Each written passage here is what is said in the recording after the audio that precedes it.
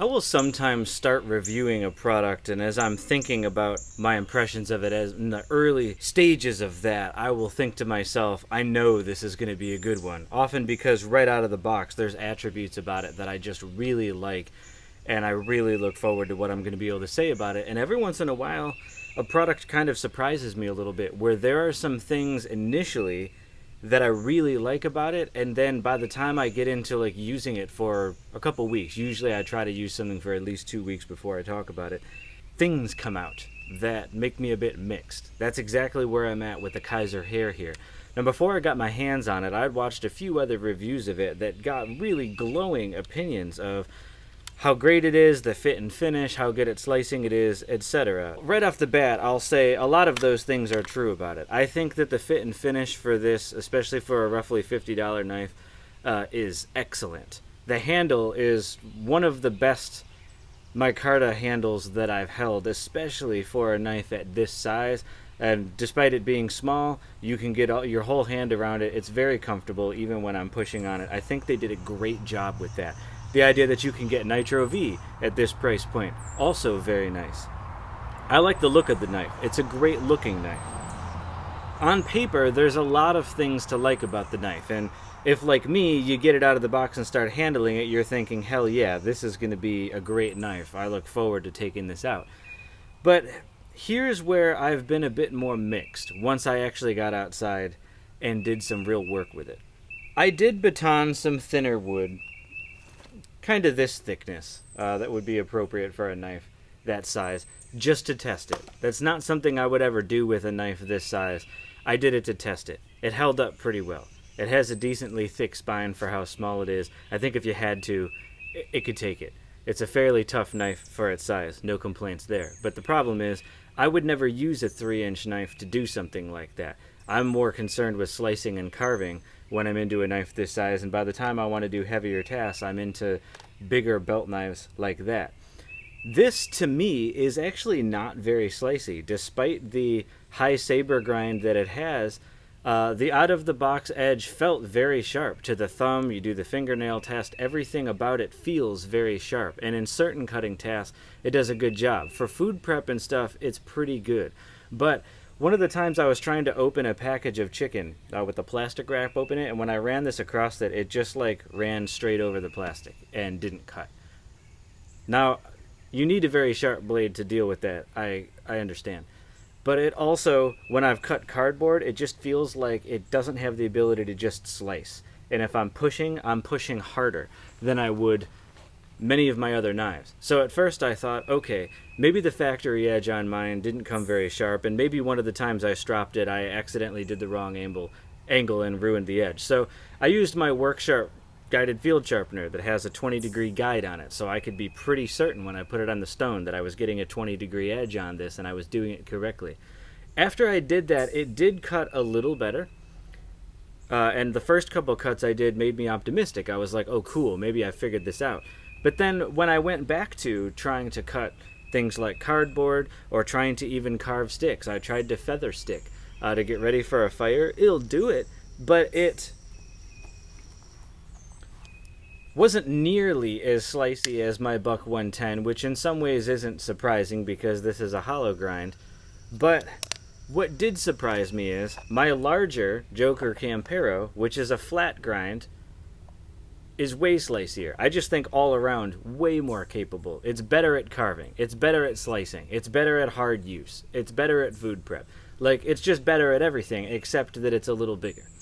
That's the only area where arguably it doesn't have something that the Kizer Hare does. And you wouldn't expect that better sliciness necessarily from a flat grind knife. The other thing that's got me a little mixed about this is the sheath and the carrying. The Kydex sheath itself that they give you is fine. It's pretty good quality. It's got good retention. It snaps really satisfyingly in. I like the way that you can pop it out. It's pretty hard retention, so you can feel pretty confident it holds it in there well. But the Tech Lock they give you, I don't like it. And the reason is, the way that the holes line up, pretty much you can carry it straight up and down, which for a small EDC knife like this is not what I would want. I suspect probably for other people as well. The whole idea of getting a small knife like this is for concealment. Well, you can't really conceal it when it's up and down. You can do scout carry, which putting it all the way around on my back works okay. It's a little awkward trying to put the knife back in the sheath when it's back there, but it carries well and it conceals well. But if you don't want to do scout carry, the only other hole configuration I found that really lines up is sort of a diagonal. That's a little better than straight up and down, but I still find that it either sticks out and creates a bulge in my shirt, or it's right up against my belly the whole time and is a little difficult to draw, especially if I had to draw it quickly. And so that's really non-ideal. Now I realize I could get an Alti clip or something and maybe try pocket carry with this, but I also feel like when you're reviewing a knife, you at least in part need to review just the product as it is without talking about how cool it is with extra add-ons. As is, the sheath, the way they give it to you, I haven't found a carry option that really feels good or feels right to me, and that conceals really well also. And so that makes me a little conflicted, because I'm like, it really limits how practical it is for me as an EDC, like belt carry type of knife. And I think if it was a tremendous performer, like it seemed like it was going to be in cutting, I would probably live with the belt situation a little bit more and not worry about it or something as much. But then, when I've been sort of disappointed with its sliciness and carving abilities, I think there's now unavoidably an argument to be made if we're now talking a belt knife that doesn't conceal very well. Then what is the difference between that and a larger knife like the Campero that also you wouldn't be concealing this? This is a belt knife with a dangler. But if I put this on my belt and was in an environment where I don't need to conceal it, this is better in every way. That's what makes me feel conflicted, is that I'm like, any knife in your collection, ideally, should make clear how it's going to fit into your lineup. Like you ask yourself, any given day I'm going to go out for the day, or I'm going to go outside and do some stuff. Which knife am I picking, and why did I pick it? And for me, the problem with this is it doesn't conceal well enough to really be a good EDC knife. And like I said, it's not capable enough to compare to my larger knives if I'm now going to just wear a belt knife to justify itself there. As I got further into my 2 weeks of trialing this to kind of gather my thoughts, I was a little reluctant to even do the review, because I had seen so many other like super positive opinions of this that I was like, do I want to be the only guy coming out, doing a review this critical of it when everyone else loves it? That seems like a surefire way to get flamed by the knife community.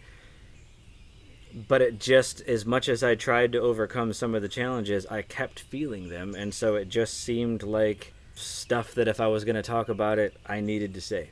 And I think there's also an argument to be made. Your opinions may differ, and I welcome hearing about it, but my thought here is, people normally talk about the advantage of fixed blades is you don't have a pivot point like you would on a folding knife, and that means that it's stronger. And that's true, especially if you're going to baton it, or you're going to use it for chopping, or you're going to stab into something and twist.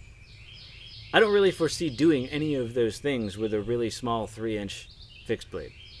So when I asked myself, what would I do with a knife this size? Carving. Slicing. Well,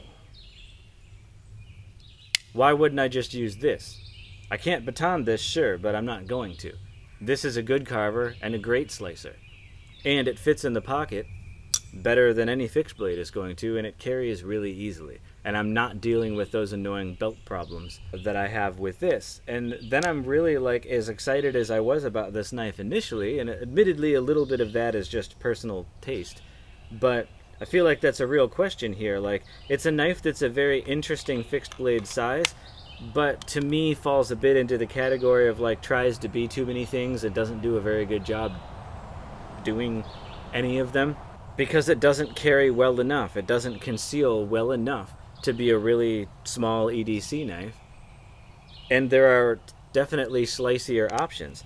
I think it's trading slicing performance for having a thick stock that makes it a really strong knife, which for a small knife, yeah, it's pretty strong.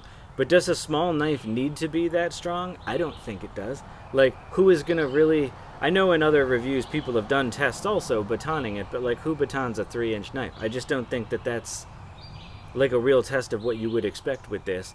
And if it doesn't carve and shave sticks very well, if I've had a much harder time doing feather sticks with this than any of my other knives, why would I pick it? And I really don't mean to beat up on this knife. I know it sounds like I am. I like a lot of things about this knife. I love the way it looks. I love the blade shape. I love the handle. The fit and finish is fantastic. On paper, there's a hell of a lot to like about this knife. And I really wanted to like it. But what was inescapable to me in the 2 weeks that I kept carrying this and kept using it was it didn't feel good to carry. I didn't really find a solution that felt right to me without having to buy some other kind of third-party accessories for this. And I was just kind of unimpressed with its cutting and slicing ability compared to other knives. Like I've said in a couple reviews, if this was my only knife, my first knife, I might think it's fine for general cutting. But when I have other knives that just do a much better job at certain things, I find myself in a position where I'm like, where does this really fit in my lineup? I'm not even sure. I don't know that I have anything else to say about it that comes to mind at the moment, so I just wanted to share. Put your comments and questions below. I'll do my best to answer them. And if you've used a small knife like this and you have suggestions or you felt the same, leave in the comments. I'm interested to see. Hope this was helpful, especially if your preferences on knives are similar to mine in making a buying decision.